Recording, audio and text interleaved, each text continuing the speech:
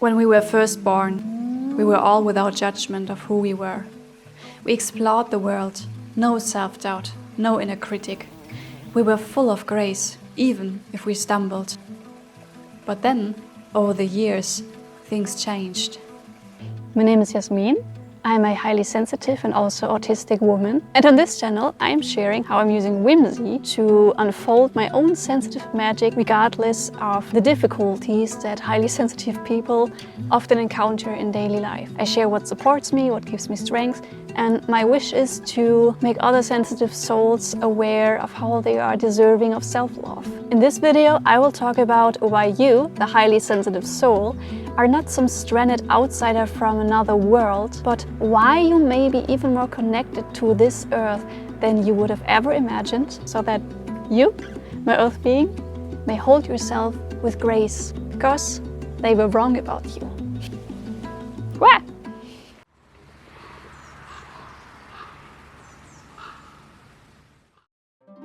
As we grew more into ourselves and encountered the many aspects of life, we noticed a fundamental difference between us and most people. Where they just lived, we struggled. While we felt uncomfortable, they thrived. And while they seemed unaffected by this chaotic, rough world, we were the ones who couldn't have been affected more.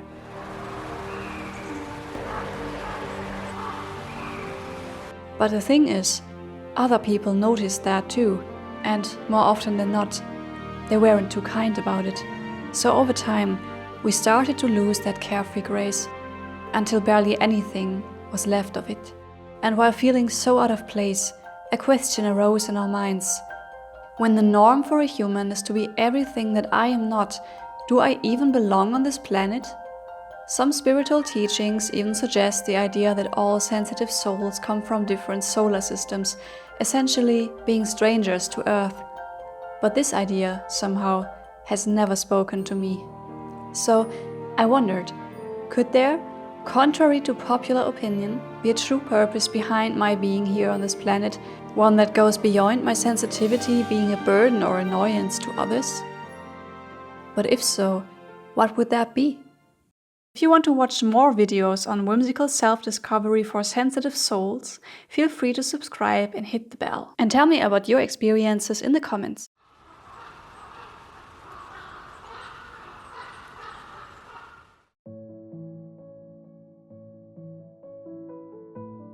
Growing up, I felt like I was one of these items that you buy, unpack, and then find out that sadly, this one may look like the others, but has a manufacturing error and doesn't run as intended. That was because I was deeply upset in situations when others weren't. I was fascinated with things others found weird. Almost never did I feel like participating in what was fashionable at the moment, and my nervous system was constantly hurt and overwhelmed. So most of the time, I withdrew and vanished into myself. On my inside, secretly, I had worlds I could go to, full of colors and imagination that nobody seemed to know how to enter, hence even notice that they existed. Therefore, it often felt like I wasn't a human, but an entirely different species among strangers. I developed so much shame because of that. Unable to find kindred spirits with a similar sensitive nature, my constant struggle with outer stimuli made me feel very weak, and my intense longing for beauty, art, and deep conversations very lonely. People kept reacting towards me as if something was weird or wrong about me. Back then, there was no one like me on TV, nobody around that I could share myself with on a mutual level of understanding, so obviously that was proof of them being right, wasn't it?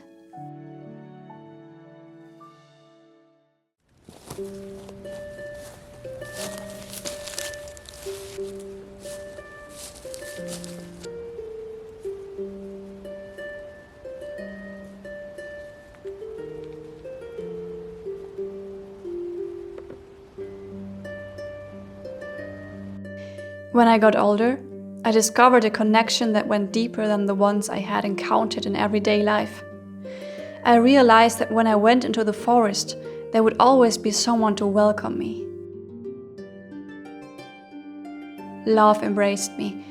And when I sat in front of a tree, my back leaning against it, watching the branches in the wind, I could feel how my inner worlds connected with what I felt and saw.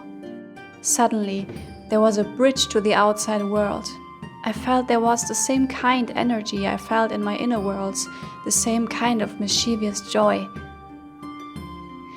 This gave me the support I needed, despite the loneliness and all those failed social interactions when, once again, others didn't want me around.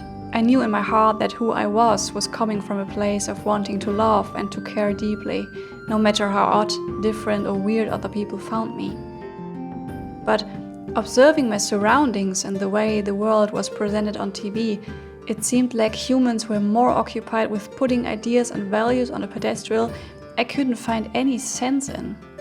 So, even though I felt a special connection with nature, I still felt like an alien in everyday life, and I knew that I didn't belong in this kind of world and that I never really would. So I searched. I searched for answers, trying to find the missing link. I found fancy spiritual sounding ideas that claimed people like me were all indigo childs, starseeds and light workers from other dimensions coming to Earth to help the seemingly dumb humans. And it seemed inviting. The tale kind of matched my own experiences, and thinking of myself this way would have given me an elevated sense of identity and an easy explanation to all of it. But there was this rebellious voice that asked, why is it me who always has to be the one who thinks of herself as othered, like a strange being from some other universe?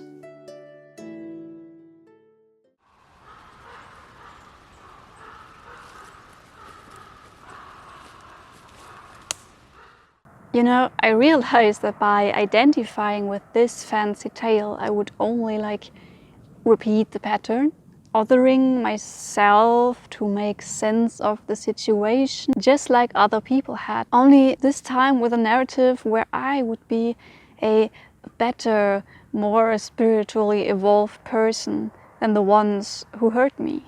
But I'm not better than anyone just because I have a different perception of life. And this might have given me a way to distinguish myself and protect my feelings a lot better. But still, I wouldn't have truly felt at home in this life. To paint over my wounds with sparkles would have never healed them. I think too often we highly sensitive souls believe in what other people project on us out of their own unhealed pain. We so easily believe we have no right to exist and dug our heads in shame. But what we truly long for is to feel like we are allowed to exist, to be loud and expressive. Many of us are willing to give so much if only we were welcomed and accepted the way we are. If the social mistakes that we make out of overwhelm or naivety or clumsiness would be just seen for what they are. As I found this magic in nature, a new idea started to form in my head. What if I am the one who has to give her own voice and what she can give the value first before anyone else does? Maybe that would help. And what if we simply 100% and unapologetically belonged to Earth just the way we were? If we weren't strangers, but Earth beings, humans, the sensitive type? But then again, how does this work when the world is currently built on elbowing each other out of the way? And the majority of people seems to not only accept this, but are also happy about it. They seem to be so comfortable despite all of it. If this crazy, chaotic world is the accepted standard of living for the majority of people, isn't that proof enough of how I don't belong on this planet, how I am a stranger in this world?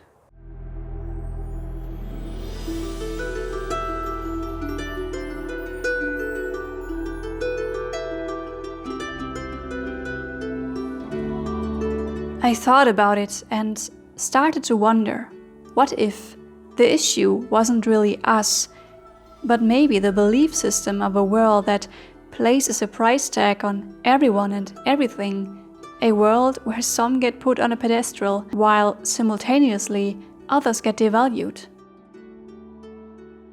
Yes, People go along with it, but generally speaking, are they all happy and fulfilled? And is this world in a good shape? I'd say no. So why should its belief systems be the adequate tool to judge you, me, or anyone? And a person who sees beyond all of this has the potential to bring healing to all of it, so what's the shame in that? This is why I came up with the term Earthbeing, a term for anyone who wants to reclaim their right to be here, to be who they are, to finally feel like no matter what anyone thinks, they have the right to leave the learned shame behind and walk with the grace that is their birthright. To realize one is not out of place because one is sensitive, and that all of our quirks are not proof of our otherness, but of our inherent, pure humanness. Because what makes you different in our current crazy society, your quirks, your feelings, is, in my point of view, exactly what makes you valuable, indispensable for the earth and all the people who wish to not run in a hamster wheel forever, but walk together with her.